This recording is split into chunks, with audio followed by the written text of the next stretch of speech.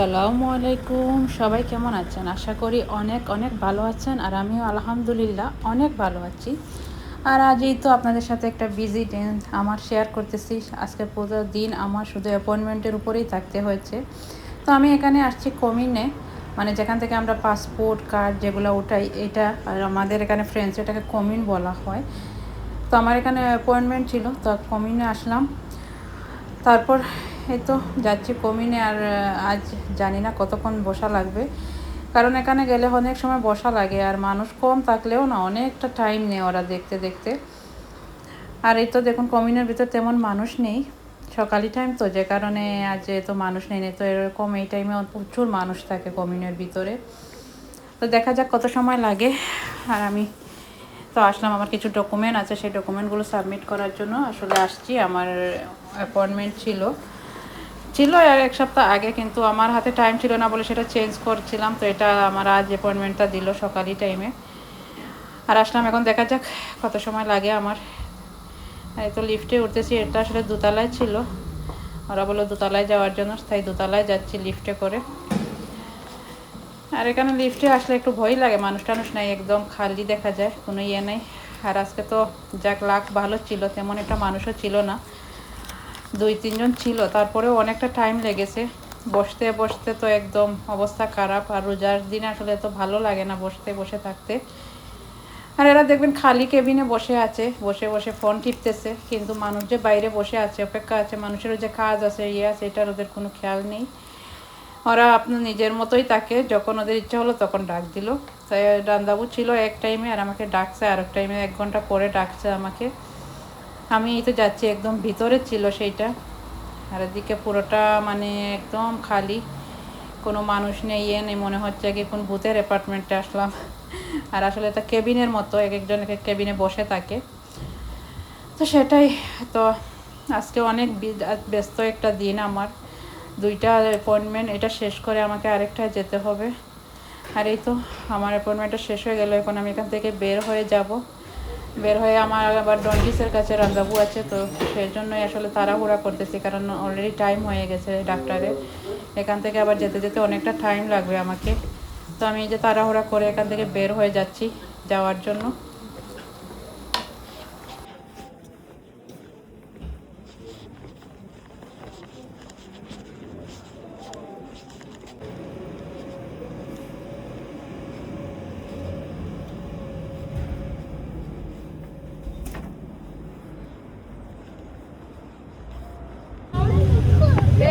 আর এখানে দেখুন স্কুলের ছোটো ছোটো বাচ্চাগুলোকে নিয়ে ওরা বাইরে যাচ্ছে, পার্কে নিয়ে যায় ওদের ঘোরাতে। অনেক আসলে ভালো লাগে দেখতে, কিউট কিউট বাচ্চাগুলো। আর এখানে গরমের টাইম আসলে বেশিরভাগ ওদেরকে নিয়ে পার্কে যায়, তারপর যে সাগরের পাড়ে ঘুরতে যায়, আসলে ভালোই লাগে দেখতে। আর এই তো আমি এখন এখান থেকে বাসে উঠলাম। বাসে উঠে এখন আর বাসায় যাব না, ডাইরেক্ট চলে যাব আমার যে অ্যাপয়েন্টমেন্ট আছে সেখানেই। আসলে বিদেশের লাইফে আসলে কোনো শান্তি নেই। সবাই মনে করে ইউরোপ মানে মনে শুধু টাকা আর টাকা, আর সেই টাকাগুলো আসলে কোথা থেকে আসে সেটা কেউ বুঝে না। কষ্ট করতে হয়, কষ্ট করলে টাকা আসে। ইউরোপে থাকুন, মিডল ইস্টে থাকুন, দেশে বাংলাদেশে থাকুন, যেখানেই থাকুন না কেন পরিশ্রম করতে হবে। পরিশ্রম না করলে টাকাও আসবে না, সুখও আসবে না, শান্তিও আসবে না, এটাই বাস্তবতা। তো এই যে আমি সকালে প্রায় 6টার সময় উঠেছিলাম, সকাল 6টা থেকে উঠে যে তো মানে একটার পর একটাতে যাচ্ছি, আসলে অনেক খারাপ লাগতেছে শরীরও, কারণ রোজার দিন আর একটু গরমও পড়েছিল, তার কারণে আসলে ভালোও লাগতেছিল না। কিন্তু কিছু করার নেই, এখানে অ্যাপয়েন্টমেন্টগুলো বাতিল করাও যায় না, আর বাতিল করলেও আপনাকে সেটা পে করতে হয়। আর কি করা আছে, এই তো এখন আমি মেট্রোতে উঠলাম, মেট্রোতে যাব।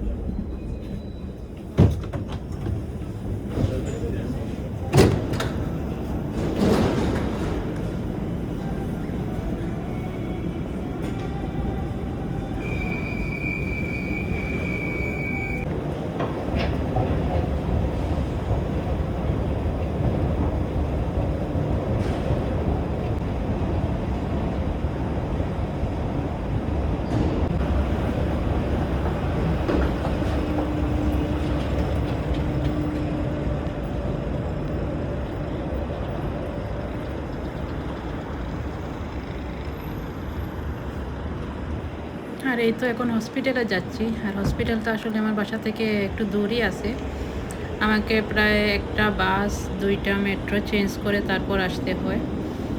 আর এদিকে শুধু কাছের বিল্ডিংগুলো দেখতে অনেকটাই ভালো লাগে, আসলে বড় বড় সব বিল্ডিংগুলোই হচ্ছে এ সাইড দিয়ে। আর এখানে যে একটা বিল্ডিংয়ে দেখুন একটা মানুষের ছবি আঁকা, মাথায় টুপি পরা, মুখে আপেল, বোঝা যাচ্ছে কিনা জানি না, তবে এটা কাছে গেলে অবশ্যই ক্লিয়ার দেখা যায়, দূর থেকে এতটা বোঝা যায় না। আর এ সাইডেতে বেশিরভাগই কাছের বিল্ডিংগুলো, বড় বড় সব অফিসগুলো হচ্ছে এ সাইডে। আর এ সাইডে আমার ছেলেরও স্কুল কাছে এখানে। আর এই তো এখন হেঁটে হেঁটে একা যাচ্ছি, আসলে একা একা আসলে কোথাও যেতেও ভালো লাগে না, যদি সাথে কেউ থাকে তাহলে গল্প গুজব করে যেতে ভালো লাগে, সময়টাও অনেক মানে আনন্দর হয়, কিন্তু একা একা আসলে কিছুই ভালো লাগে না। আর এই যে আসলাম, তারপরে এই যে কানে হেডফোন লাগিয়ে গান শুনে শুনেই আসতেছি, কী করবো, একা একা কথা বলার কেউ নেই, ভালোই লাগতেছিল না একা একা কোথাও যেতে। আর এই হসপিটালটা আসলে অনেক বিশাল বড় একটা হসপিটাল। তো এখানে আমি আসলাম, এখানে আমার প্রায় আমি আজ 2 বছর হয়ে যাচ্ছে এখানে ডন্টিসের কাছে আসতেছি। তো প্রায় যত অনেকগুলো টাকা ওরা ধরিয়ে দিল আমাকে, প্রায় 4,000 ইউরোর মতো। কী করা, আগে যদি নিজেকে সুন্দর বা ঠিক রাখতে হয় তাহলে এত টাকা খরচ করতেই হবে, এত কিছু চিন্তা ভাবনা করে কোনো লাভ নেই। তো আসলাম, তো আমার যেখানে রান্দাবু ছিল সেটা দোতলায় ছিল, তো আমি যে লিফটে যাচ্ছি দোতলায় যাব, এখানে জানি না এখানে কতক্ষণ বসে থাকতে হবে। তো যাই, তারপর আপনাদের সাথে শেয়ার করব কী করলাম না করলাম, সাথেই থাকুন।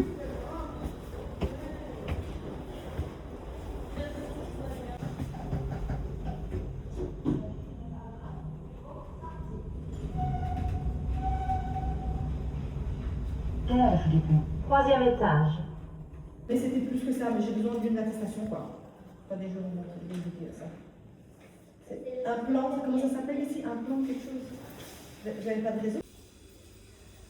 আর এই তো আমাকে বললো এখানে বসতে হবে, ডাক্তার এসে ডাক দিবে তখন যাব। আর বসে আছি, এখন কখন ডাক্তার আসবে আর কখন ডাক দিবে আর কখন দেখবে সেটা ডাক্তারই জানে। আমি তো বসে বসে কখন থেকে চিন্তা করতেছি কবে আসবে, আধা ঘন্টা হয়ে গেছে বসেই আছি, অনেক বিরক্ত লাগতেছিল। শুধু আমি না, আরও মানুষ আছে যারা বসে আছে, কিন্তু কেবিনে ওরা বসে বসে গল্প করতেছে। তো আর এই তো আমার অ্যাপয়েন্টমেন্ট শেষ, এখন বের হয়ে যাচ্ছি। আর আমাকে এই যে দেখুন একটা কাগজ ধরিয়ে দিয়েছে, টোটাল আমাকে কত টাকা পে করতে হবে। আর আসলে সেটা এখানে একটা সুবিধা আছে, মানে আপনাকে একসাথে এত টাকা পে করার কোনো দরকার নেই, আপনি মান্থলি এটা পে করতে পারবেন। তো আমি মান্থলি এটা 150 ইউরো করে পে করি প্রতি মাসে মাসে। এখন কত বছরে, যেটা 2 বছর 3 বছরে যত বছরই যাক, এটা কেটে কেটে নিয়ে যাবে ওরা, এই একটা সুবিধা এখানে। সেজন্যই আর কি, নাহলে এত টাকা একসাথে দেওয়ার মতো কোনো কফিক বা ক্ষমতা আমার নেই। কারণ হচ্ছে এটা পুরো 4,000 ইউরো লাগতেছে দাঁতের যে চিকিৎসার জন্য। তো এখান থেকে বের হয়ে আমি আমার ছেলের জন্য কিছু ঈদ শপিং করার জন্য চলে গেলাম। আসলে অনেক তাড়াহুড়ার মধ্যে, তার অনেক কাজ দেখি এখন ছেলের জন্য কি নিয়ে যেতে পারি। আর ছেলে তো স্কুলে, আর একাই আসলাম কারণ হাজব্যান্ডও সে কাজে। আর আমি এখানে অ্যাপয়েন্টমেন্ট ছিল যে, তো এটা শেষ করেই চিন্তা করলাম, এটা কাছেই ছিল, অনেক বড় এটা মার্কেট, চিন্তা করলাম ওইখান থেকে ছেলের জন্য নিয়ে যাই। তো প্রি মার্কে যাবো, দেখি কি পাই, ছেলের জন্য কি নিতে পারি। অবশ্যই আমার ভিডিওটির সাথে থাকবেন। আর আমার ভিডিওটি ভালো লেগে থাকলে প্লিজ আমার চ্যানেলটি সাবস্ক্রাইব করবেন, লাইক কমেন্ট শেয়ার করবেন। আর অবশ্যই আপনাদের গুরুত্বপূর্ণ মন্তব্যগুলো জানাবেন কমেন্টের মাধ্যমে, যে আমার ভিডিওগুলো আপনাদের কেমন লাগছে। আর কোনো ভুল ত্রুটি হলে ক্ষমা সুন্দর দৃষ্টিতে দেখবেন। সবাই ভালো থাকবেন, আসসালামু আলাইকুম। আর ভিডিওটি দেখতে থাকুন কন্টিনিউ। আর এই তো ঘুরতে ঘুরতে একটা মার্কেট চোখে পড়লো, এসে এটাতে ঢুকলাম, দেখতে দেখতে কী আছে না আছে। আর এই প্যান্টগুলো আমার কাছে অনেক ভালো লাগে, পাও বড় আর মানে পরতে অনেকটা আরামদায়ক। আর এখানে জিন্সের প্যান্ট ছিল অনেক ধরনের, মোটো, এখন তো এরকমেরই পায়ের প্যান্টগুলো চলেই বেশি। আর এগুলো আসলে পরতে অনেকটা আরামদায়ক, প্যান্টগুলো অনেক ভালো ছিল। তো আমি নিচে বেশি না দেখে উপরে গেলাম, যে উপরে কী আছে দেখি। তো এখানে দেখলাম যে সোয়েটার আছে মেয়েদেরই সবগুলা, আর অনেক সুন্দর সুন্দর টপস পাওয়া যায়। দামও ছিল কম, ছিল দাম, এত বেশি দামও না, আর অনেক সুন্দর সুন্দর ছিল। আর এখন যেহেতু গরম চলে আসতেছে, তো আমার মনে হলো যে এগুলা দরকারও নেই, এখন গরমের টাইমে তো এগুলো পরাও যাবে না, তাই সেজন্য আর এতটা মানে খেয়াল দেখলাম না। এই একটা শার্ট আমার কাছে অনেক ভালো লাগছিল। আরে এগুলা দেখতেছিলাম, আসলে টাইম ছিল হাতে অনেকটা, তাই মনে করলাম একটু ঘুরে ঘুরে দেখি কি আছে না আছে। আর আমার শপিং তো আমি অলরেডি করেই ফেলেছি অনলাইন থেকে, সেটা আমি আগেই আপনাদের বলেছি আমার আগের ভিডিওতে। আমি পাকিস্তানি একটা ড্রেস কিনলাম। তো আমার তো শপিং হয়ে গেছে, এখন শুধু ছেলের বাকি রয়েছে। তো ছেলেরগুলা কিনতে এসে আবার দেখুন ওইগুলা চোখে লাগলো, তো দেখতে চলে আসলাম। অনেক কন্ট্রোল করতেছিলাম নিজেকে যে না কিনবো না, দেখি শুধু কিনে ফেলেছি অলরেডি। আসলে মেয়েদের শপিং, কাপড়, গয়না এগুলোর প্রতি তো মেয়েদের বেশি আকর্ষণ, তাই না? আমরা মেয়েরা আর কি চাই, একটু শপিং, গয়নাগাটি, কাপড় চোপড়, এইগুলাই আমাদের আসলে সৌন্দর্য, এগুলাই আমাদের খুশি। আর এখানে তো ধরেন বেলজিয়ামে আসলে বাঙালি কাপড় পাওয়াটা অনেক মুশকিল আছে, না নেই যে এমন না, কিন্তু আছে, কিন্তু অনেক বেশি এক্সপেন্সিভ। আপনি একটা সুতির ড্রেস কিনতে গেলেও সেই ড্রেসটি আপনার কমসে কম 50-60 যাবে। কি বলবো আর। এখানে যে এইগুলা কাপড় দেখতেছিলাম, আসলে এগুলা তো হচ্ছে সব ওয়েস্টার্ন ড্রেস, তো এগুলা দেখেও আমার লাভ নেই। এমনি ঘোরাঘুরি আর কি টাইম পাস করলাম, দেখি আর কি দেখা যায়, আর আপনাদের সাথে কি শেয়ার করতে পারি সেটাই হচ্ছে বিষয়। তো আমার সাথেই থাকবেন, ভিডিওটির সাথেই থাকেন, দেখবেন, দেখা যাক আপনাদের আমি কি কি দেখাতে পারি।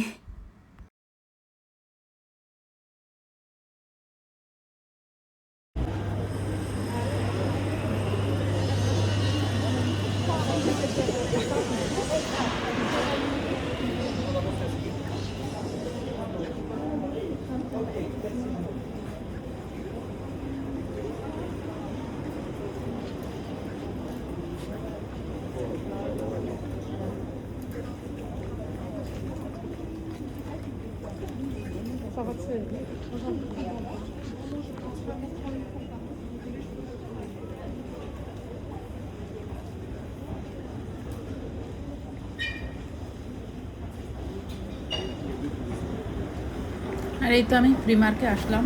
প্রিমার্কে এসে দেখি এত মানুষ, আর না জানি কত লম্বা লাইনে পড়তে হবে। তো নিচে ছিল সব মেয়েদের কাপড়, এখন উপরে যাব, যেখানে ছেলেদের কাপড় আছে, বাচ্চাদের কাপড়।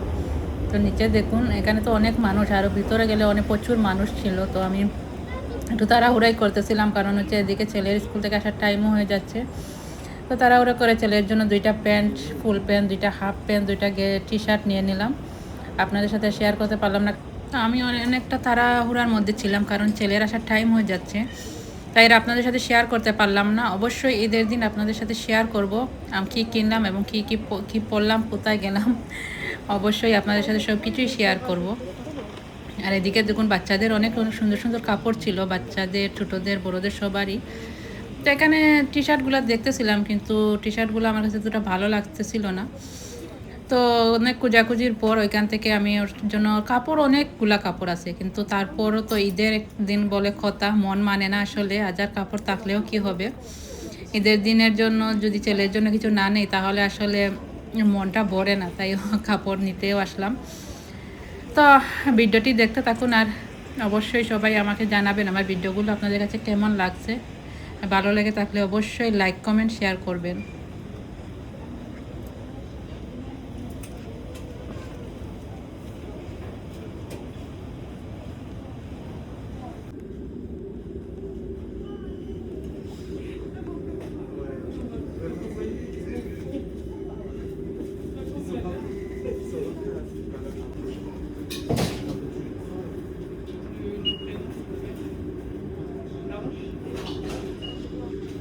শপিং করে ছেলের কাপড় টাপড় শপিং করলাম, আর আমি তো অনলাইন থেকেই শপিং করেছি। আমারটা আপনাদের অবশ্যই ঈদের সময় আপনাদের সাথে শেয়ার করব।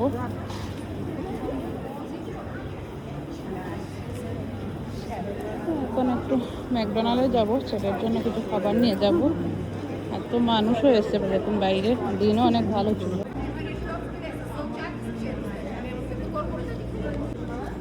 আর এই তো আমার কেনাকাটা সব শেষ, এখন একটু ম্যাকডোনাল্ডে আসলাম, ছেলের জন্য কিছু খাবার নিয়ে যাব, কারণ সে স্কুল থেকে আসতেছে অলরেডি, আর আমি বাসায় কিছু করিনি, কারণ এক তো রোজার মাস, আর মানে সকালতেই আমি সকাল 7টার সময় বাসা থেকে বেরিয়ে গেছি, যার কারণে বাসায়ও যাওয়া হয়নি।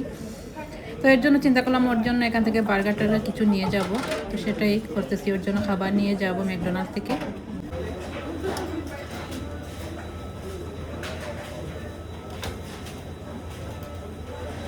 4074.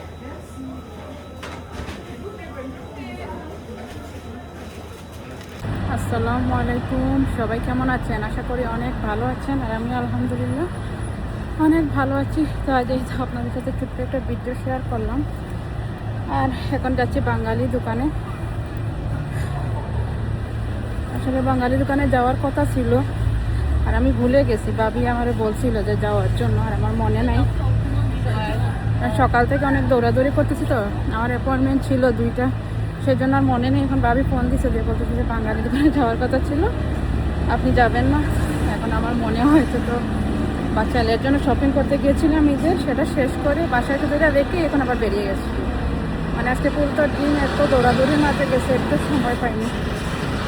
তো চলুন আমার সাথেই থাকুন, দেখি বাঙালি দোকান থেকে কী কী আনতে পারি, আর অবশ্যই আপনাদের সাথে শেয়ার করবো। ভাবি ওই দিক থেকে বাসে আসতেছে, আমি এখানে অপেক্ষা করবো ভাবির জন্য। আর আজ দিনটা অনেক ভালো করেছে, আর অনেক গরমও পড়েছে। আমার ভিডিওটির সাথেই থাকবেন, আর ভালো লাগলে অবশ্যই চ্যানেলটি সাবস্ক্রাইব করে দেবেন, লাইক কমেন্ট শেয়ার করে অবশ্যই আমার পাশে থাকবেন সবাই।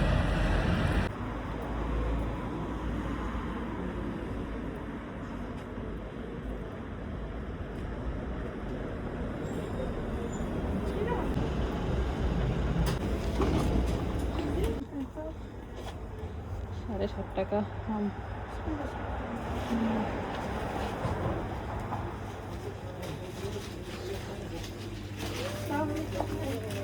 5 হবে। যেগুলো একসাথে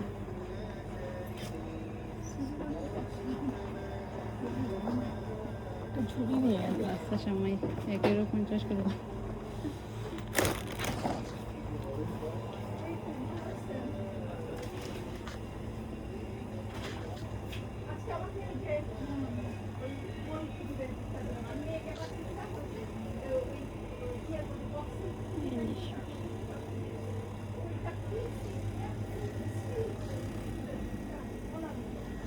বাঙালি দোকানে আসলাম, আমাদের সিলেটি দোকান এটা। দেখি কি পাই এখানে। এখানে সব ফ্রোজেন লতা মুখি এগুলো সব কিছু, জামও আসছে দেখুন।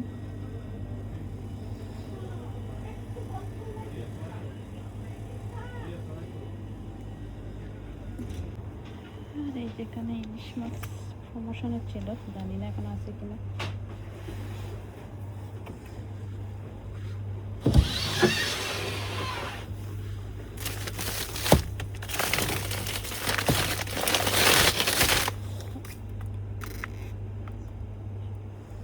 আর এইখানে আসলে আসছিলাম, ইলিশ মাছ দেখলাম যে প্রমোশনে লাগিয়েছে, সেজন্যই আসা। তো আমি এখান থেকে ইলিশ মাছ নিয়েছি, আমি আর ভাবি। যে প্রমোশনে লাগানো ছিল 3টা ইলিশ মাছ, প্রায় আপনার 25 ইউরো করে। ছোটো ছোটো আসলে, বড়গুলা না। আর এখানে যে বড় বড় রুই কাতল এইগুলাই মাছ রাখা, আরও অনেক ধরনের মাছ। আর এখানে সব কাঁচা শাকসবজি। তো এই যে দেখুন, আমরা ইউরোপে বাংলাদেশি খাবারগুলো কীরকম খাই সেটাই আপনাদের সাথে শেয়ার করতেছি। আসলে দেশের মতো এগুলোতে তেমন টেস্ট হয় না। হাজারই যাই করি না কেন, দেশের খাবারগুলোতে যে টাটকা শাকসবজিগুলোতে যে মজা মিলে দেশে খেতে, এইগুলাতে মানে কোনো স্বাদই মিলে না। তো আর এই তো শেষ, বাজার টাজার শেষ করে ভাবি চলে গেছে ওর বাসায়, আর আমি আমার বাসায় চলে আসতেছি। তো আমার বাস আসতে একটু লেট হচ্ছিল, আর আমার বাসা থেকে 5 মিনিটই লাগে বাঙালি দোকানে যেতে। তো আমি পায়ে হেঁটে হেঁটে চলে আসছি। আর এই যে সামনে গাছটা দেখুন, এত সুন্দর লাগতেছিল, ফুলে একদম পিঙ্ক কালার হয়ে আছে গাছটা। তো আমার কাছে ভালোই লাগতেছিল, তাই আমি একটু ভিডিও করলাম গাছটি। আর এখন গরমের টাইম আসছে, চারিদিকে ফুল ফুটেছে, অনেক ভালো লাগে চারিটা দিক দেখতে। ফুল নিচে পরে ফুল পরেই আছে, কত সুন্দর লাগতেছে দেখে। আজকের ভিডিওটা এই পর্যন্তই, সবাই ভালো থাকবেন, আল্লাহ হাফেজ।